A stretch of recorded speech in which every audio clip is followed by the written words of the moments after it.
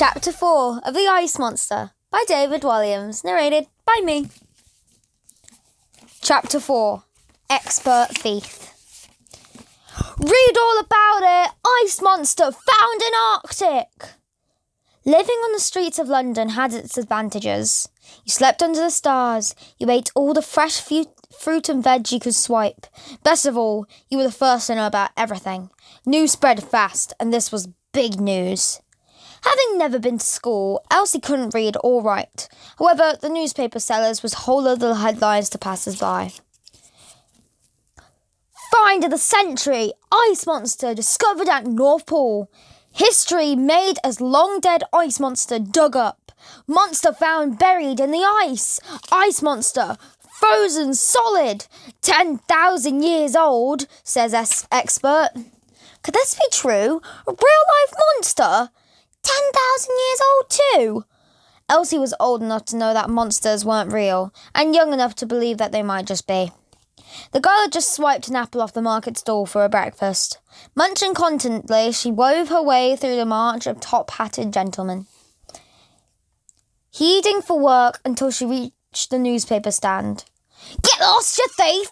shouted the newspaper seller. He whacked the girl on the back of her head with a rolled-up copy of the Times.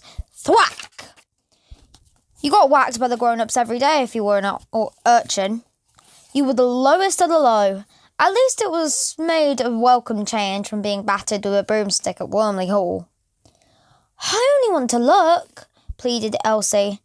These papers are not for looking at. They's for buying. Now scram before I give you a kick where the sun don't shine. Not being a fan of a boot up the bottom, Elsie smiled at the man and ambled down the street. She turned into the alleyway, then reached into the back of her grubby trousers, pulled out a copy of the Times. The girl had become an expert thief. These were big, bold, black letters on the front page. Elsie knew these spelled out words, but it all looked like jumble to her. The picture underneath did speak to her, though. It was a peculiar creature that did look like an elephant. Once she'd poked her head through a flap in a circus tent to get a free show, and seen an elephant performing tricks. However, this elephant was covered in thick hair, and its tusks were long and curved. It was encased in a huge block of ice, with a number of Arctic explorers were standing around it. Looking proud, despite the creature's bizarre appearance, Elsie found it hard to think of the poor thing as a monster. Monsters you were scared of. This animal, you wanted to hug. It looked like a great deal smaller than the elephant she'd seen at the circus. Perhaps it was a baby. Despite being dead for thousands of years, it still looked lost and alone. An orphan, whispered Elsie to herself. Just like me. Chapter 5 Universe of Wonder. As an urchin, Elsie was always on the outside looking in. Every day she would see a whole other London whirling around her. Horse-drawn carriages speeding down the street, children in uniform marching off to school, lords and ladies stepping over her as they left the Royal Opera House. Elsie's brain was forever buzzing with questions. Where was everyone going at such a pace? Why did those scrumptious-looking cakes in the bakery window actually taste like? And what was inside all those magnificent buildings? One day, the girl decided to step out of her world and into the other. Elsie was standing in front of the most magnificent building of all, the Natural History Museum. When she tried to walk in, she was immediately thrown out by the hobnail-booted brute of a security guard, Mr. Clout. I don't want no trouble from filthy beggars like ya, he shouted as he hurdled her down the steps. Elsie was not one to give up that easily, so she sneaked in behind a gaggle of top-hatted gentlemen. At once the girl marvelled at this universe of wonder. The museum was filled with treasure trove of life-size models of whales, stuffed animals, dinosaur bones, meteorites, precious stones, wood carvings of prehistoric men, dusty old books full of beautiful pictures of animals from far-off lands, and floor-to-ceiling paintings of creatures that that have long since been extinct. Soon she was sneaking into the museum every single day. Elsie couldn't read, but she earwigged in one of the guides and soon became something of an expert. When she saw a picture of the ice monster on the front page of the newspaper, she knew instantly that, in fact, a woolly mammoth. Elsie had learned that these creatures had lived during the Ice Age, when saber-toothed tigers, giant bears, sloths and beavers stalked the earth. And birds like the tetratornis, a bird bigger than a person, darkened the skies. Elsie was desperate to follow the story of the ice monster, so every morning she swiped another newspaper to search for news of the creature. Weeks passed, and then one day she spotted a jumble of letters she recognised on the front page of a newspaper. They looked exactly like the ones she'd seen on the side of her favourite building. Elsie knew she had to meet it. Ice monster, coming to the Natural History Museum. Chapter 6. Giant Ghosts. Soon after the ice monster was found, London was plunged into the cruelest of winters. A bitter wind brought a flurry of snow. Before long, the entire city was hushed by a thick covering of white. The River Thames throws over. In this kind of weather, homeless children like Elsie perished in doorways. They would go to sleep and never wake up, to be found at dawn with a dusting of frost at their faces. Poor Elsie was huddling in a tin bath under a pile of newspapers, trying to keep warm. She looked at her hands and they were shaking with the cold and turning blue. The girl almost missed Wormley Hall. Almost. But not quite. Elsie sneaked into the Natural History Museum at closing time, behind a troop of nuns so the security guard wouldn't see her. Once inside, she scuttled along the corridors, past the dinosaur bones hanging on walls that looked like giant ghosts, and eventually found an unlocked cupboard. She crept inside and closed the door. It was a cleaning cupboard and too small in which to sleep lying down, so she slept standing up, with her head nestled between some mops. She looked not unlike a mop, as skinny as a rake, with a shock of tangled hair on top. Elsie was sure no one would find her in there, but she was wrong. Very early the next morning before dawn, Elsie was woken by a cleaning lady opening the cupboard door. The woman yawned and grabbed the first mop she could find. It was actually Elsie. "Ah!" screamed the lady. "Ah!" screamed the girl. Elsie was being held by the neck. "You're not a mop," said the lady. "No, I'm a girl." "What are you doing in my cleaning cupboard?" "I'm sleeping. I don't want to die of the cold." "Well, you don't really want to do that." Are you gonna tell on me, missus?" The cleaning lady did the last thing the girl was expecting. She smiled. Most of the time, grown-ups treated urchins like Elsie with cruelty. Not this lady, she was different. "No, you're not going to tell on me, are you?" asked the lady. "Tell on you?" replied the girl. Elsie was befuddled. "Oh, I could lose my job over this." No, never. I'm not a snitch." "Oh, thank goodness for that." "Me neither." "What's your name?" "Elsie." "I'm Dotty. Dotty by the name, and I'm told Dotty by nature." "Are you a child?" The girl was confused. She thought that was obvious. "Yeah?"